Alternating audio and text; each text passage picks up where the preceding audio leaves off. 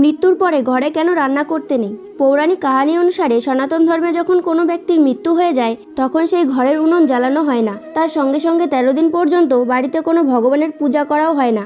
যতদিন মৃত ব্যক্তির আত্মা মোহমায়া থেকে মুক্ত না হয়ে যায় ততক্ষণ ঘরে উনুন জ্বালানো হয় না।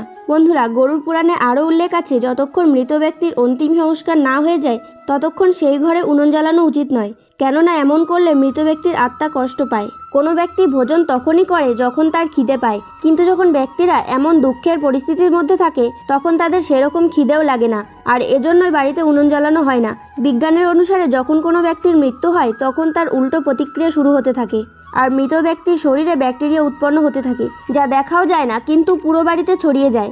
আর এমন সময় তৈরি করা ভোজন অশুদ্ধ আর দূষিত হয়ে যায়, যার জন্য বাড়িতে উনুন জ্বালানো হয় না আর রান্না করাও হয় না। বন্ধুরা, আপনারা যদি ভগবান বিষ্ণুর ভক্ত হয়ে থাকেন তাহলে কমেন্ট বক্সে জয় শ্রী হরি অবশ্যই লিখবেন।